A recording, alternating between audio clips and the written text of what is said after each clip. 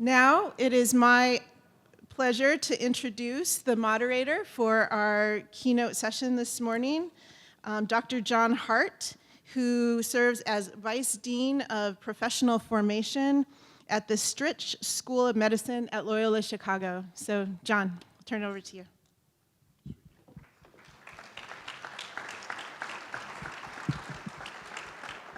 Morning, everyone. It's so very nice to be with all of you. It's my pleasure to introduce our speaker for today, Dr. Anna Bonta Moreland, who stands to my right. Dr. Moreland is the Quinn Welsh Endowed Chair and Director of the University Honors Program at Villanova University.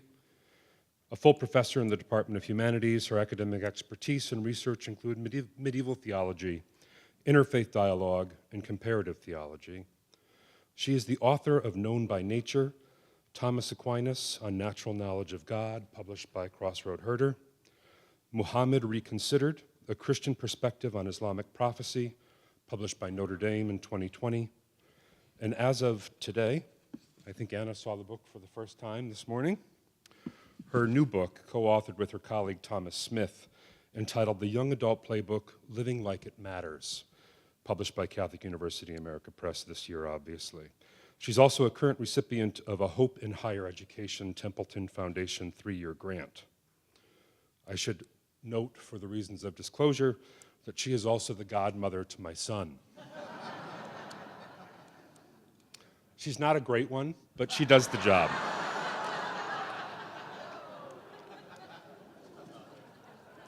We had to find somebody. Anna is a dear, dear friend. Earlier this week, actually, on the feast of St. Bonaventure, Jesuit scripture scholar Michael Simoni wrote a beautiful reflection for America, if any of you saw it. And here's a line in it that I read, and it made me think about Anna in my life. Father Simoni reflected, saying, "The people we let into our hearts are the people through whom God transforms us. Jesus did not tell us to love our neighbor so that we might make a show of our goodness, but so that our neighbor could become a mystical icon through whom we might catch sight of heaven. Whoever receives me receives the one who sent me," as Jesus said. God has let Anna into my heart, and I am profoundly grateful for her friendship and that of her husband, Michael, their 4 children whom I adore. And with that, Anna, I just want to thank you for accepting this invitation to join us here on behalf of Joe and Father Garanzini, the AJCU, and my home institution of Loyola University, Chicago. Welcome and come on up.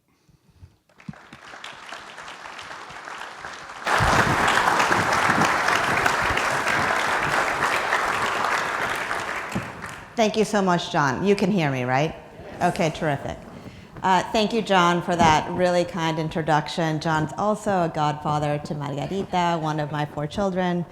So I'll... I'm really delighted to be here. Thank you to Father Garanzini, to AJCU. I'm just looking forward to this time together this morning. So the question that I was asked to address with you this morning is, what do Jesuit institutions of higher education owe the Catholic Church? But I'm going to reframe that question, because Jesuit institutions of higher education are part of the Catholic Church. So it's not a question of what do we owe them, but it's a question of what do we owe ourselves, the institutions we work at and the students we serve. I first met members of the Society of Jesus as a 22-year-old graduate student at Boston College. Jesuits like Michael Buckley and Howard Gray, Bill Byron and Bill Neenan, Frank Clooney and John Stoudemire, Tom King, and David Hollenbach, so many others, made me, shaped me into who I am today. It wasn't just that the academics were rigorous, and they were rigorous. I wrote 30 drafts of chapter 1 of my dissertation. But it was a whole life John remembers well. We would study together, go to Mass together, eat together. Thursday nights, we would do evening prayer at Robert's house while the Jesuits had their cocktail hour. On Fridays, a group of us would volunteer at a shelter downtown. We would do 8-day Ignatian retreats in January every year. It was where I found who I wanted to become. Mike and I even named our dog after Michael Buckley. Nobody was more delighted to be named after a beloved Border Terrier than Father Buckley. So, what do we owe the church? Everyone's talking about the crisis in higher education. Universities were built by elites, protected by elites, by and large designed for elites. There are growing economic barriers to a college education, and yet college remains one of the keys to upward mobility. There's also a growing loss of trust in these institutions. So it's no secret that higher education is in crisis. Works. But I want to suggest to you just this morning that there's a much deeper crisis at work than the crisis in higher education. And that's the crisis in emerging adulthood. I've learned over the last decades of teaching that teaching is so much more about listening than it is about speaking. And what I hear from my students is this: they are struggling now more than ever. Mental health, anxiety, depression, you name it, they suffer from it. Social scientific studies and newspapers around the country have well documented this phenomenon. The common currency, though, that universities use to meet these challenges comes from social and positive psychology, neuroscience, and mental health. And we have a lot to learn from these fields. But in my experience, Ignatian vocabulary has a much more expansive understanding of the human person. And that vocabulary, that anthropology, grounds a distinctive student formation. But Jesuit universities are sometimes shy about drawing upon that rich vocabulary and settle instead for marketing and corporate language. The answer to the crisis in higher education and the more fundamental crisis in emerging adulthood is to offer the kind of transformative Ignatian education that John and I received so many years ago. In the Villanova University Honors Program, we've designed a series of courses to help students walk through their college experience intentionally and to equip them with the necessary tools to flourish in life beyond graduation. Along with my co-author, Tom Smith, who's Dean of Arts and Sciences at Catholic U, we just published this book that I just saw this morning for the first time, fruit of about 5 years of work, and also fruit of this teaching work together. Because I was trained by the Jesuits, these courses are threaded through with Ignatian themes. So this morning, I'm going to talk about 3 challenges that I hear over and over again from my students, and I'm going to pair those challenges with Ignatian strategies.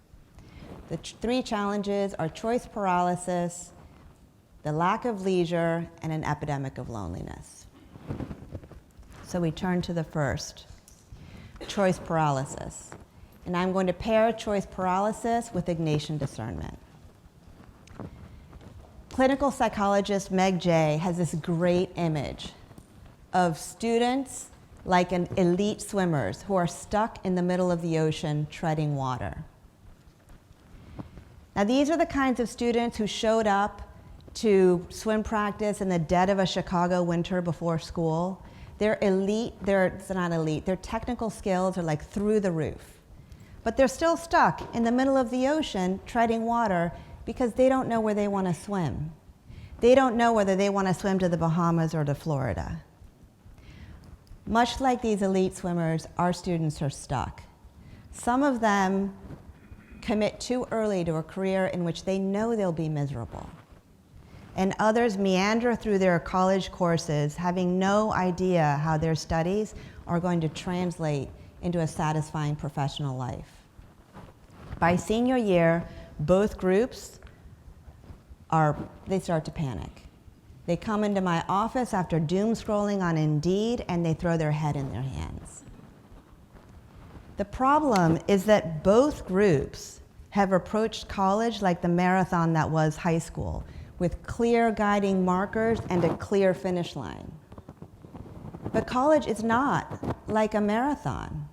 It's much more like a large, confusing supermarket. Think Costco, where you walk in to buy paper towels and you walk out with a flat screen TV. And you have no idea how that happened, right? Our students either rush through those aisles, throwing anything into their carts to avoid the anxiety of choosing, or they're stuck in an aisle looking at the shelves, not knowing what to put into their carts. They don't know what they're hungry for. Ignatian discernment, the centerpiece of a Jesuit education, can help them discover what they're hungry for. It can help them decide where they want to swim. I'm going to talk about two aspects of Ignatian discernment. I could spend the whole morning, just two aspects. The first is that Ignatian discernment helps recover the role of the imagination in the decision-making process. And the second is that it recognizes the fact that there are two sets of compelling yet conflicting goods on either side of the decision-making process. So first, the role of the imagination. Ignatius knew the power of a concrete model. If we don't offer our students models, they'll find them on TikTok and Instagram in 3 minutes. But compelling adults who care about them offer them something irreplaceable. So years ago, when I was in the fog of early motherhood, I went to listen to Marilyn Robinson right after she had published Gilead at the Folger Shakespeare Library in DC. That evening, I encountered this compelling portrait of the woman I wanted to become. She was so articulate, so insightful, so comfortable in her own skin. I said to myself, I want to be like her. We need to introduce our students to compelling and concrete models from the Ignatian tradition and from the wider Catholic tradition to help them face their own foundational identity questions. 2, the fact that there are goods on either side of a decision. So when my students face a big decision, they love the pro-con list. They write pros and cons on either side of a decision, count them up. Whichever side has the largest number of pros, the fewest number of cons, that's the decision they go with. It's a mathematical approach to decision making. Ignatian discernment teaches students to move away from that quantification process and toward a much slower, more deliberative, qualitative process of decision making. It teaches students to honor that there are compelling choices, to weigh goods amongst each other in a wider life well lived. 24 years ago, I was offered my dream job at Loyola College in Baltimore. I loved the department. I loved the college. You already know I love the Jesuits. I even loved Baltimore as a place to settle long term and raise a family. But I had just turned 30. I had just gotten married, and my husband had just gotten a job in Santa Fe, New Mexico that's not close to Baltimore. Because I had gone on these yearly Ignatian retreats, I was able to slow down that decision-making process and weigh the goods at stake on either side of the decision, and ultimately have the courage to say no to a tenure-track job that, by the way, is crazy, and move to Santa Fe and start a family with Michael. Ignatian discernment honors the fact that when you make a decision, there's always the tragedy of walking away from a set of goods. You leave a set of goods on the table, and it honors that fact. we need to teach our students to slow down their professional discernment process, which is really hard in the contemporary higher education environment. And to recognize that when they make these big professional decisions, they're weighing among two sets of compelling yet conflicting goods, but in the wider context of a life well lived. So I've just talked about the first challenge, which is choice paralysis, and I've paired it with the Ignatian strategy of discernment. We move to the second challenge, which is the lack of leisure, and the strategy here is the idea of cura personalis. So when I bring up leisure in class, my students universally look at me with blank stares. They don't know how to spell leisure, much less practice it. In the current productivity machine that is the college environment, even extracurriculars are like jobs. Going out to bars sounds like a job to me. What with all the taking of photos, the curating photos, the posting of photos, and the liking other photos, who wants to do that?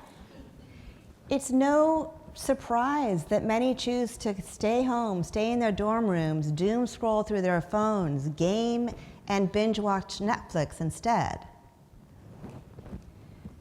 But when I get them to start to think about how they spend their free time, they discover that the beginning of reclaiming their free time is a recovery of long-lost childhood activities. Some used to bake or play pickup basketball. Others used to paint or write music. One student told me that during the pandemic, she loved the pandemic because she loved puzzles. And so she'd sit down and do like a 1,000-piece puzzle in one sitting. And I said, Sarah, why don't you bring a puzzle to campus? And she looked at me like I was nuts. Nuts. The Ignatian idea of cura personalis, the idea that our brains are ensconced in our bodies, and that a higher education, college should transform the whole person, is key to an Ignatian education. Now, I'm not talking about self-care and face masks and bath bombs.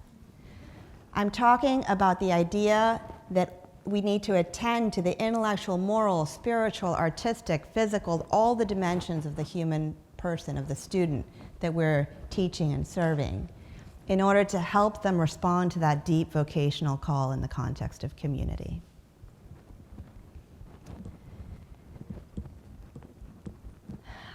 Ideally, the practices that I'm trying to help my students recover are rooted in, grounded in the Sabbath liturgy. Now, not all of my students are going to Mass on Sundays. So I talk about cultivating mini Sabbath practices throughout the week.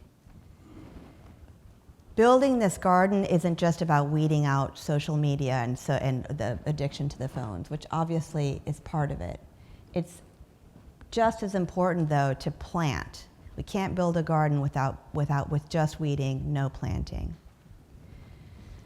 My students are shocked when I tell them that what they choose to do with their leisure time is at least as important as what they choose to do with their work time.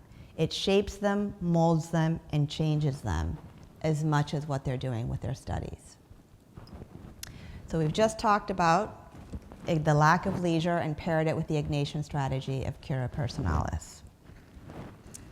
Now, the last challenge that I want to talk about is the lack the epidemic of loneliness, and pair that with Ignatian detachment, but in particular, the detachment from the fear of rejection. We're all astonished by the epidemic of loneliness that plagues college campuses across the country. It's jaw-dropping. Our students are not hooking up. They're hooked on porn. And the only relationships that are on offer on college campuses are these quasi-marital, all-absorbing relationships, and no one wants one of those. So they think the only option is to opt out or to hook up, and they have no idea how to build a third alternative. They need to detach themselves from the addiction of swiping right and open themselves up to the vulnerability of real human friendships and relationships. So to my teenage children's deep mortification, I give dating talks around the country. And every time I give these talks, without exception, when I ask the audience, what is your biggest fear of dating? They always say rejection. Sometimes they'll say cheating, but cheating is a form of rejection. It's astonishing, really. The same fear that plagues students in the professional realm, it keeps them from taking professional risks. It's that fear of rejection. It plagues them in the personal realm. It keeps them from building the courage to open themselves up to real human relationships. Some years ago, I was giving one of these dating talks, and I have this kind of 5 steps to success approach. And at the end, a student raised his hand and said, you know, I could use this to make a friend. Like the scales fell from my eyes. And I thought I was talking about dating. Things are worse than that. Friendship is at risk. Our students are really lonely. And we need to help them. Because the road, it's a rocky road to help them build relationships, to help them arm themselves with the courage to build this third alternative. But if adults don't step in, honestly, I'm like sometimes shocked by how basic the driving manual needs to be. But adults have to step in because their friends are driving just as blind as they are. Because we are built in the Trinitarian image of God, we are wired for human relationships, for loving and knowing relationships. Because we are bodily creatures, Eros is wrapped up in everything that we do. We need to teach our students to ask more from Eros, not less. Is this risky? Of course it is. Do I have conversations with my students that I never anticipated, never wanted to have? Of course I do. But what's on offer on college campuses is not working. So I've just talked about the epidemic of loneliness, and the last strategy I've used is the Ignatian practice of detachment, in particular, teaching our students to detach themselves from that fear of rejection and everything else that's wrapped up in that. There's a lot wrapped up in that. So I'd like to end by telling a story. So a couple of years ago, I gave a talk for a community of cloistered Benedictine women religious about this material. These were holy women. You look up holy in the dictionary and you find this community.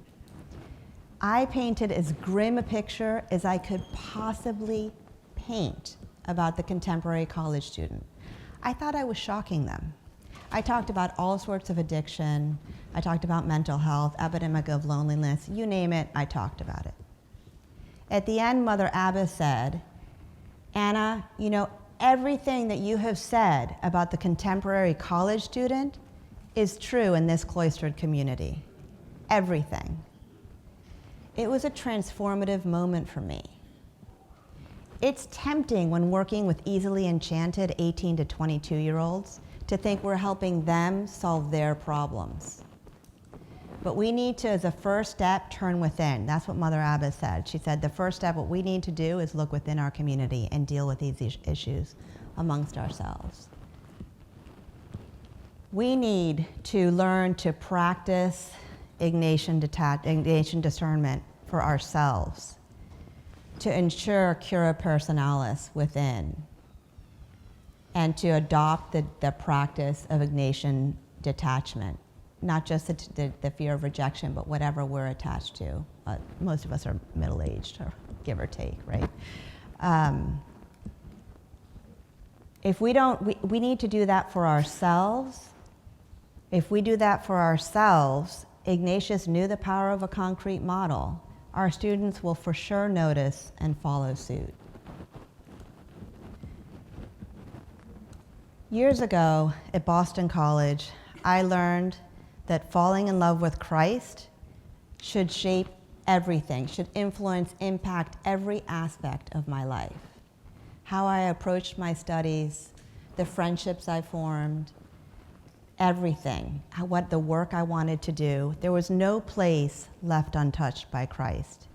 And that changed the way that I saw the world. The center of an Ignatian education is the person of Christ. Without that center, Ignatian vocabulary becomes a mere marketing tool. But when that vocabulary, the intellectual and spiritual tradition, and the patterns and practices of the order animate an Ignatian education, Jesuit colleges and universities offer something invaluable. At the very least, it might be worth the cost of admission. Thank you.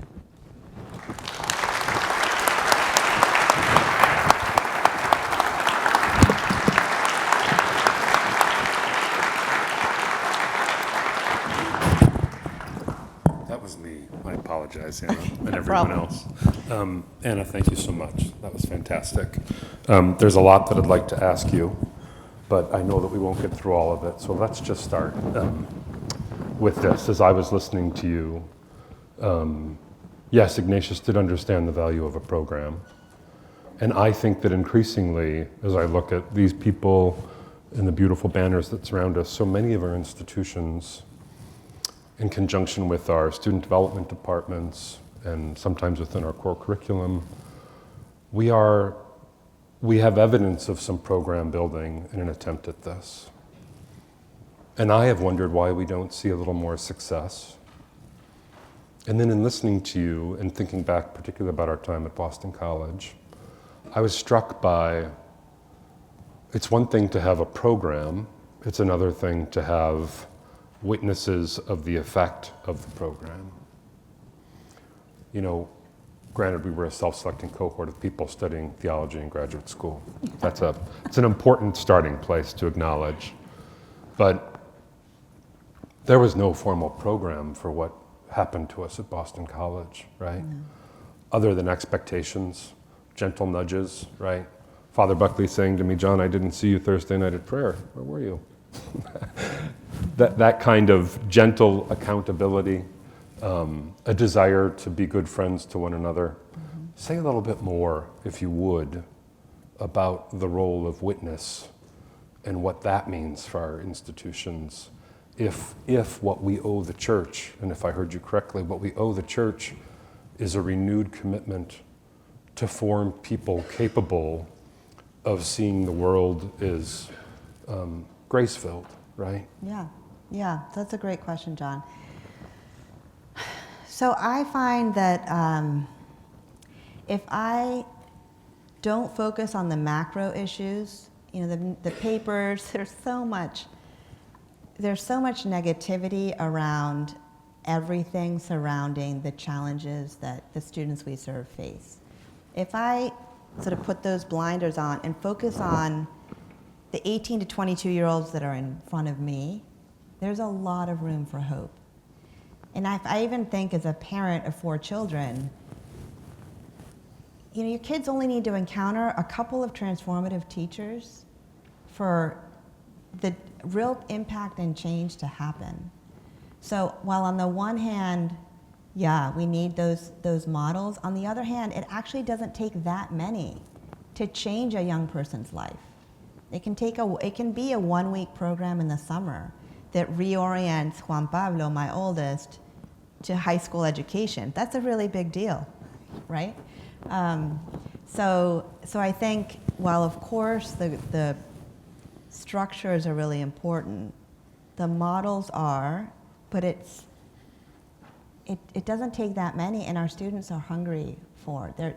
They know they're so tired of their phones. They're easily enchanted because it's a disenchanted world, and I think there's a lot of room for hope. I don't know if I answered your question, but no, I think you did. As you think about, or as you teach students Ignatian models of discernment, I'm very interested in this, particularly in terms of my own work as in a medical school, because one of the primary decisions of a medical student in their third year is to pick the arena of medicine in which they're going to enter, right? Very soon they're going to have to be applying to residency programs, and they're going to have to make a decision about what kind of doctor they're going to be. Is it dermatology, family medicine, surgery, et cetera? And I see students in medical school struggle with choice paralysis. Yeah. And even more so, struggle with the fear of what if I walked through the wrong door and left the other one closed. Mm-hmm. Would you say a little bit more about how you coach and what you've encountered in terms of teaching discernment to students? This is another Ignatian piece I talked about a little bit, but the recovery of the imagination is huge. My students think there are only like 3 fields they can go into that are legitimate. Yeah. And so opening themselves, getting them in touch with alumni who are actually living satisfying, remunerative, professional lives, but aren't, I'm not going to sort of say anything, but aren't, that haven't gone down the well-trodden paths is, again, huge, because a student will see that concrete model of that alumni who's doing something different and think like, oh, wait, that could be me. And I mean, unfortunately, parents are terrific, and parents it's also put on a lot of pressure on very young kids to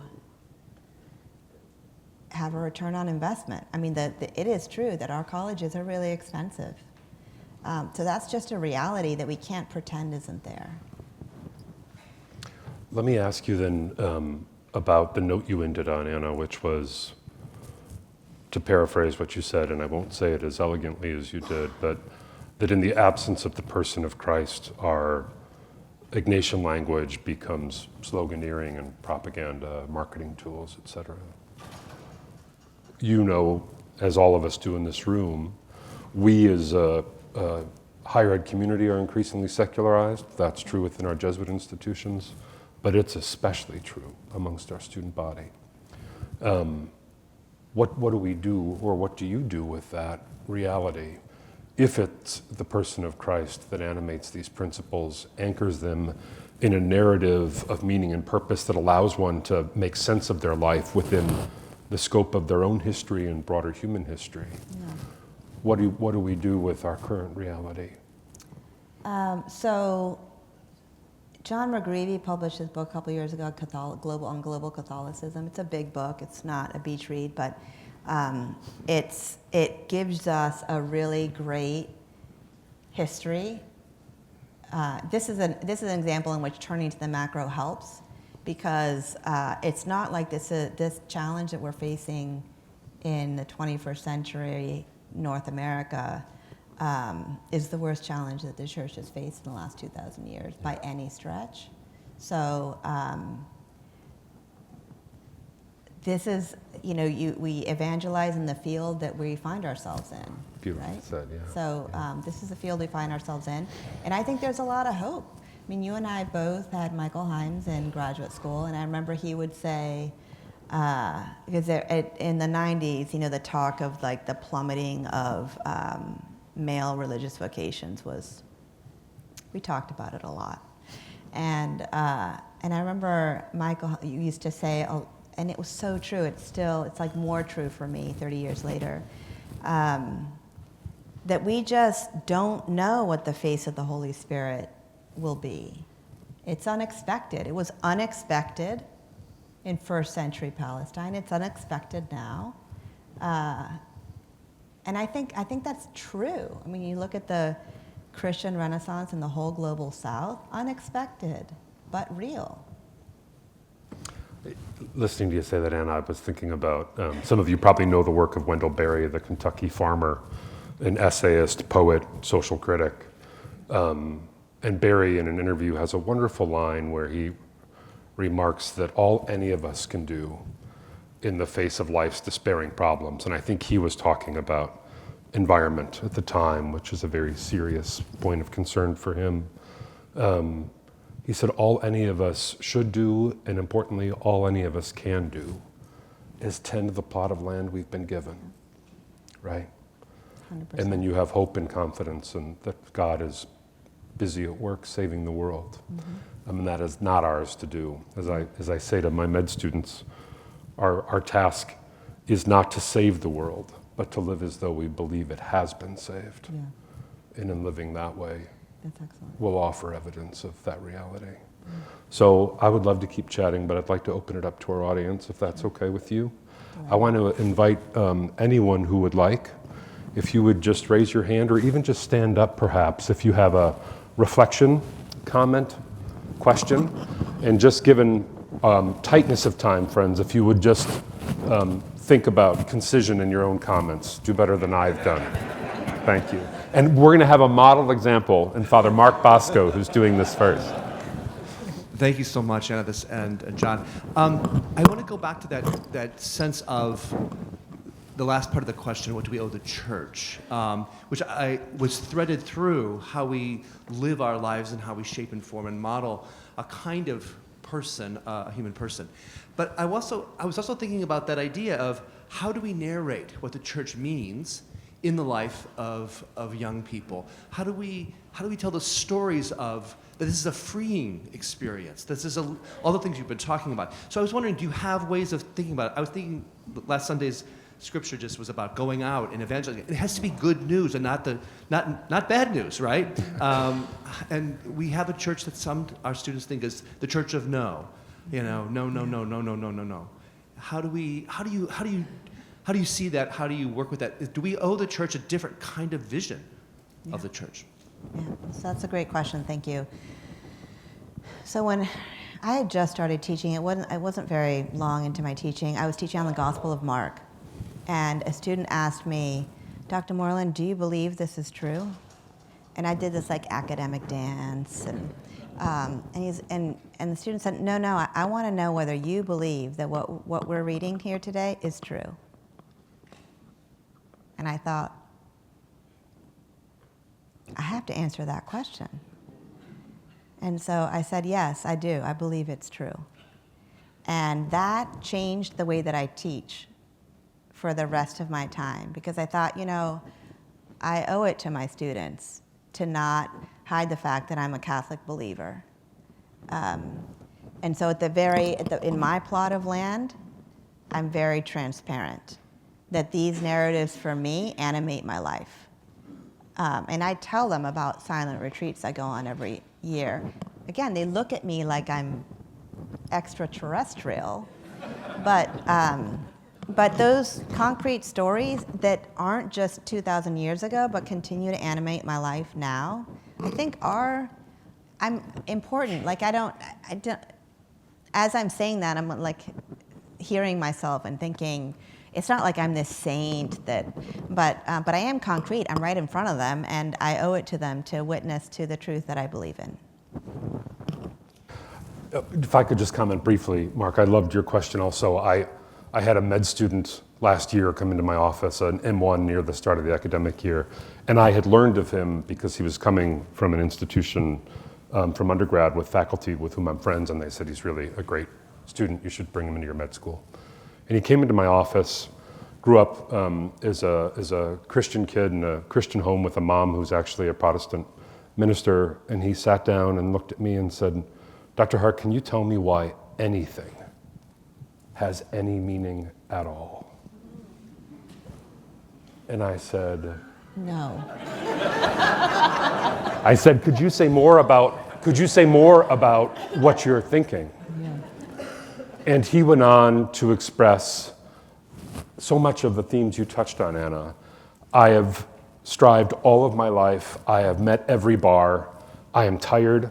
I am lonely. I don't have friends here yet. I don't know that I belong here. Imposter syndrome, right? And very luckily, I had a Bible on my desk, which I don't always have out. I'm Catholic. So sometimes I dust it off and pull it out. And I had the wisdom to open to the Lament Psalms. And I just said, read this one. And I said, what you're experiencing is the sense of hopelessness and meaninglessness that people have experienced for millennia. So start here, and then let's talk again. And ever since that now, for the past 2 years, I've had the med students I teach in this program who are interested in medicine as a calling. We have one unit where they write their own laments. And it's been beautiful because it's an opportunity for them to bring their despair, their darkness, their sadness, their fear before God. And all I ask them to do is end it like almost every lament psalm does, with a resolution of praise and confidence in God. And I said, even if you don't mean it when you write it, write it. That's right. And I think that speaks to the beauty of your question, Mark, that we have this glorious tradition that can be a source of hope and joy and resistance to the darkness in our lives. And we got to figure out how we communicate it better. Anybody else? Yep, I'd like to. Please. And if you just want to introduce yourself briefly. Yeah, my name is John Cicero, and I'm from Fordham University. I'm a Jesuit and a clinical psychologist, and I loved your presentation. I thought it was really superb. And I kept wondering, how did the Augustinians in Villanova get you when there's a much more prestigious Jesuit university in Philadelphia? I was just kidding. It's a really good question. No, I really wanted to emphasize, I really liked your last point about Ignatian detachment, and that you tied it to an attachment to Christ. And I think for people who are not Christian, you could expand that to an attachment to some form of spiritual connection, transcendence, that's the foundation, because we have to have a primary attachment in order to be detached. And I really like that very much. So thank you. Thank you so much. It's a beautiful expansion, really, of the point. Others? One here, Joe, and I saw a hand over there as well. Good morning. My name is Evelyn Rodriguez. I'm a sociologist at the University of San Francisco, and I also really appreciate your talk this morning. As you were presenting, I could easily visualize, these columns where you're talking about, these crises, Ignatian strategies, and in my head, this other column of, divisions or departments in our university who could take kind of primary responsibility for helping to address some of those crises. So going back to this question of to what do we owe the church, to what do we owe ourselves, it also started me thinking that, one thing is, this humility. Like we are one segment of this bigger ecosystem of support for the young adults who come under our care for 4 to however many years. And so I'm wondering if you've articulated anything about how it is that we also help our young people understand the resources that they have beyond the campus. The campus is one part of their lives for one chapter of their lives. So how, I don't know, do you have strategies for that? Gosh, that is such a great question. My answer is going to be totally not helpful, but I'm just going to say it anyway. It's very time intensive. But when the honor students of Villanova graduate, in the final talk, I always tell them my phone number, my email, my Facebook, my LinkedIn. It's open to you. You have access to my office hours for life, and a lot of students take me up on that. So the answer to that question ends up for me sort of blossoming in the very particular, because students have learned these strategies in college, but they haven't yet, in a lot of cases, had to apply them. And so it'll be 10 years later where I'll say to Josh over the phone, like,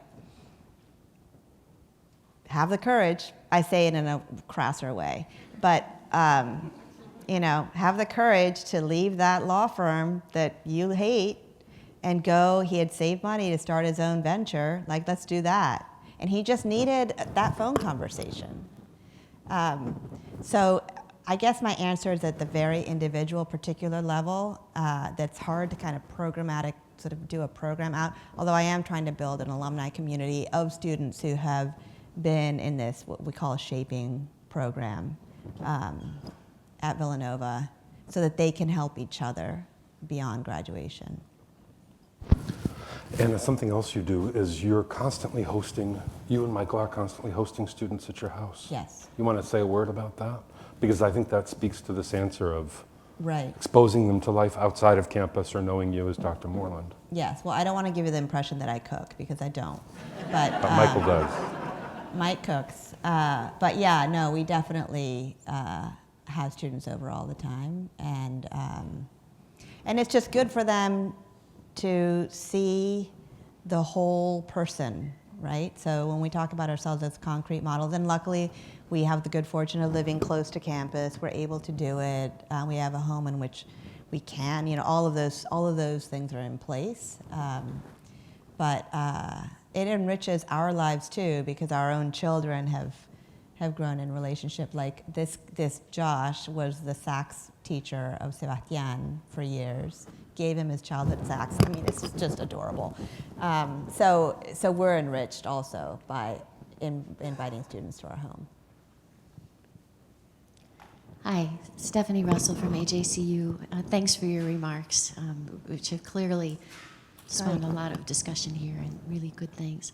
I was wondering, as you were talking, I was thinking about the communal context of the Jesuits that were so influential for both of you at Boston College and beyond that. That they didn't, and for lots of us in our college years, that didn't happen purely out of a program, as you point out. It happened out of a community of relationship.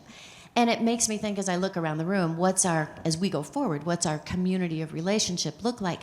Because we've gotten really good at programs, and we need programs as faculty, staff, administrators, to meet the moment of all the things you talked about for our students, right? And because we're turning over like crazy. The revolving door of servants of Jesuit higher education is quickening. And so we do our programs because we need to, and because we're orienting people to this community, we're socializing each other, et cetera. But ultimately, and I'd like your thoughts on this, ultimately it seems to me that if we're only related by programs, we never get below our heads. Yeah. And we maybe haven't tapped the Catholic sensibilities around ritual to the extent that we could. How do we create ritual among each other so that we're not just, at least to the visible eye, contractually related, which of course we are far more than that. We are the new table of Jesuits. We're not Jesuits. We are our own, well, some of us are in the room, excuse me, those members of the Society of Jesus. But we're not all Jesuits. And so as we have this expanded community, what are our rituals for creating a we out of us that our students can see? So they won't just look back on their college years and say, these 3 remaining Jesuits at my college had a big influence on me because they had a communal identity. How do we create a larger communal identity ritually with each other, and then have these kinds of conversations on a more regular basis?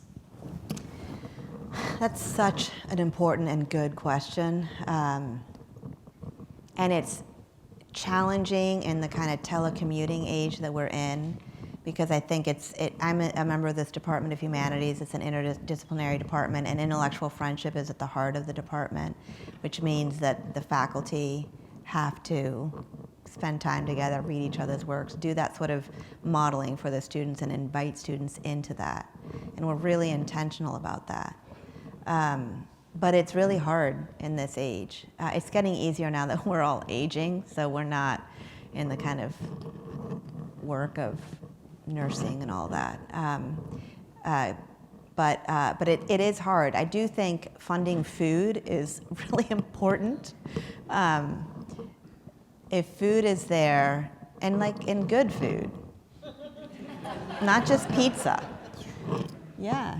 People will come, and people appreciate a good meal. And it can happen on campus. It doesn't have to happen in Anna and Mike's home. Or it can happen off campus. It doesn't matter. But attending to feeding each other. There's a ritual to eating.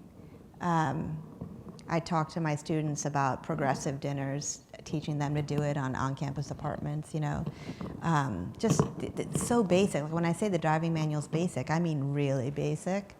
But even for us, I think it starts around that dinner table or lunch table or even coffee. But it's a really important question, and I didn't do justice to it. Anna, would you agree that I always have the experience with the generation of students we're working with, and it's probably true for me as well. One of the regularized places where I can experience leisure in my life is in shared meals. Yeah, right? Exactly. Like my favorite time Yep. is dinner with my kids. Exactly. And you and I had dinner last night, and it was lovely, right? Uncompressed. So yeah. To be able to sit with a friend for 2 hours, Yeah. enjoy a lovely meal. I think ritualizing that, to your point, Stephanie, is really important. So yes, it breaks my heart. The first budget that gets cut every time there's a budget crisis is food and catering, right? Yeah. And after that, we kill professional travel budgets, another way that we build community and spend time with friends. And I worry that we work against ourselves with that. In the program I run for med students interested in medicine as a calling, I feed them at every session with a gift that Father Garanzini arranged from the Jesuit community. And that is now 10 years on. That is all I spend money on in the program. I buy them a couple books and I cater meals for them. And it means the world to them to have an opportunity to sit together and eat and talk, right? So every session is 2 hours. The first 35, 40 minutes is us just eating. And Yeah. that makes a difference. I find though with students, I have to include the phone stack, you know, because we have to teach them to eat without their phones. For sure. My daughter Margarita is in Argentina right now. I'm from Argentina, and she just texted me, of course, via the phone, to tell me, Mama, like, these kids are not on their phone like we are in the States, and it's true. So now even the meals have to be protected from the phone because they're intimidated by being with each other. Yeah.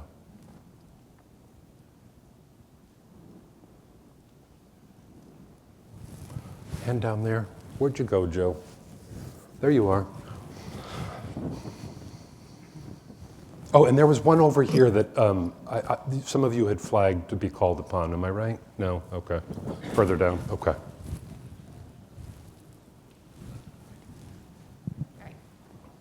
Hi, my name is Julie. I work at Fordham University. And in talking to our colleagues in this room, there seems to be a question as whether or not we maximize or minimize our mission in order to attract students. Mm-hmm. And so I wonder what your thoughts are on that. And if it is to maximize, how do you do it in this world that we live in today? Thank you. These questions are just getting harder. I guess I would be on the maximalizing with the charism of hospitality. That has to be central to what we do. So I think introducing the students we serve to a rich vocabulary, as I've been talking about, is really important because the vocabulary on offer in the general culture kind of sucks. So I think we've got a gift to offer, and I don't want us to hide that gift. But I think there are a lot of compelling ways to offer that gift. I think Pope Francis is really good about that. You know, the whole theology of accompaniment, it's real. So I think maximizing the mission, first of all, should not be a lecture series. I think the lecture series model is broken. So we should think about how to do it, but it's really important, and I find that students respond to it. I really, really do. I mean, if we're not jackasses, right? I mean, it's important who's doing the maximizing. Sorry about that word. It's true. I'm used to much worse, Anna. Yeah. I think I would be on the maximalizing side too. Probably not a surprise to many of you who know me. To me, to go in the other direction is to attempt to be nothing so that you offend no one. Yeah. And who's interested in that? What is compelling about that vision? Now, to Anna's point, part of our challenge is that sometimes the people who most want to maximalize have the worst personality traits to possibly do it, right? Which is why I think hiring in our institutions is so critically important, And maybe firing. right? Yes. And yes, firing for mission as well, yeah. So yes, it's a source of frustration for me that both Anna and Michael work at an Augustinian university. Because when you have gifted people who know the tradition, can translate it, present as balanced and normal and thoughtful and funny, it goes so far to making a young person say, I'd like to be like that, right? The encounter you had with Marilyn Robinson at the Shakespeare Library. That is what all of us have the invitation to be, but I think we have to be so astute in the way we screen in terms of our hiring if we're going to take the maximalist approach. I don't know that there's another option. You want to be something, right? My experience of students, regardless of religious tradition or if they're not religious at all, is that they're hungry for adult role models whose lives seem to have a trajectory, right? Yep. Not that of an errant, airborne object, but something that has a beautiful arc, that knows where it's aiming for, right? And that's what traditions of all kinds give us.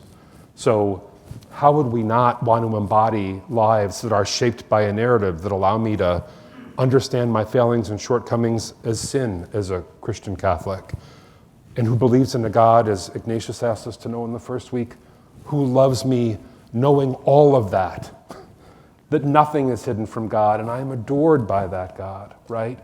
And that my life is going to be haunted by a hunger that I cannot fill because I am destined for eternity, made for it. Students hunger for lives that look like they have direction, meaning, purpose, a moral compass. And the invitation for every one of us in this room, I would think, is to figure out how we embody that ourselves, and then who do we bring into our institutions to do it as well. And look, I live in Pennsylvania. Yeah, it's true. I know, you were preaching. It's awesome. No, it's great. I live in Pennsylvania. Penn State is a lot cheaper than Villanova. So if we're going to take the minimalist approach, I want to send all my students to Penn State.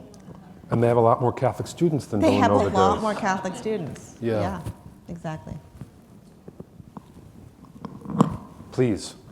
Hi there, I'm Owen. I'm in campus ministry at Georgetown.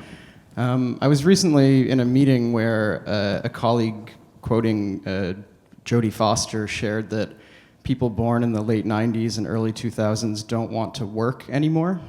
I took some offense as a person born in the late 90s. But I think what you've shared here is a very helpful and a very good response to that. But I'm wondering if you have any specific advice to people who are frustrated that the students are not the way that they remember them being years ago, or that students are not bringing to work in our context to their ministry work what they maybe were bringing in, whether this was real or not 10 years ago, in their memory years ago. That's a really good question. I just came from a conference in which a colleague said, it's typical thing. Students don't know how to read anymore. I'm like, oh, come on. I mean, it's just frustrating. I think if we don't love our students, we cannot serve our students. That's just, then go do something else. There's a lot else to do. I mean, it's true. It's just true. I don't think I have anything else to say. My sense is you see students working extraordinarily. Oh my gosh. Your honors program. Not just in the honors program, all over. I mean, they work like crazy. It's when they're not hungover. They work like crazy. They really do. Same experience for me. I'm dumbfounded by their capacity for serious work. Yeah. Oh, did I screw up my mic? Thank you. I think you're off. Oh, even better. I should be. Thanks. All right, I want to be, I think we're okay on time, Joe, right? Am I right? To 10:30 or close to it? Okay, so we definitely have time for a few more. I'll leave it to our wonderful people with microphones to figure out who we're calling on. And I don't want to neglect this side of the room because I'm facing this way, yeah.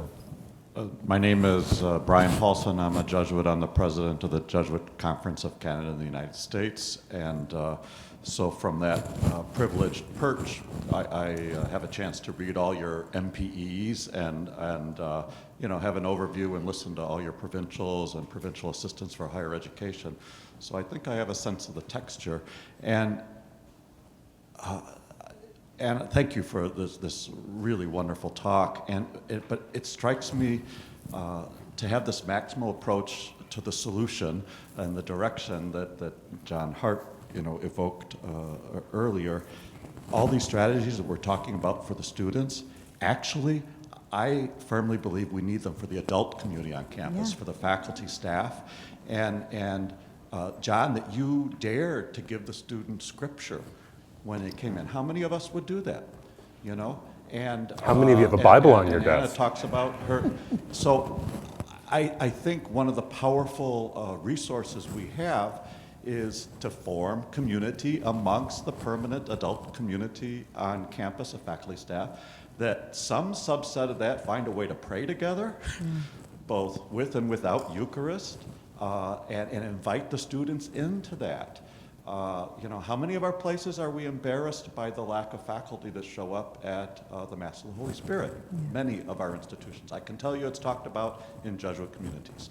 So that is so countercultural because the adults on our campuses have all the pressures and that the students do too, and we're subject to the same individualism. And so if we want to model something communal and relational for them, we got to model it.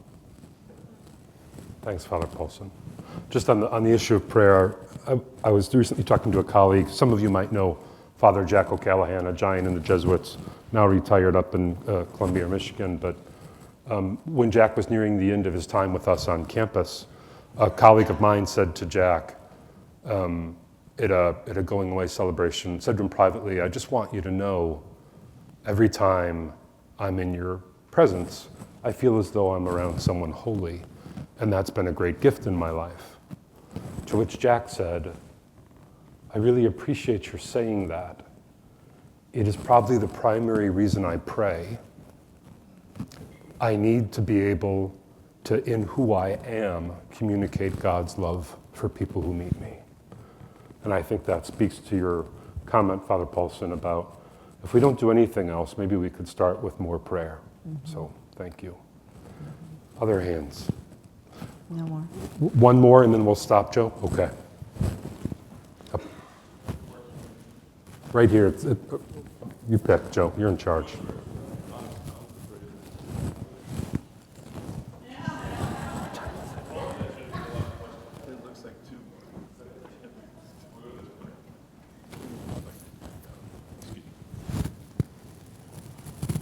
Hi, thanks for your fantastic talk. I'm Gretchen Van Dyke, and I'm a 30-year faculty member who teaches political science 2 hours up the road from you at the University of Scranton. So wonderful to have you here.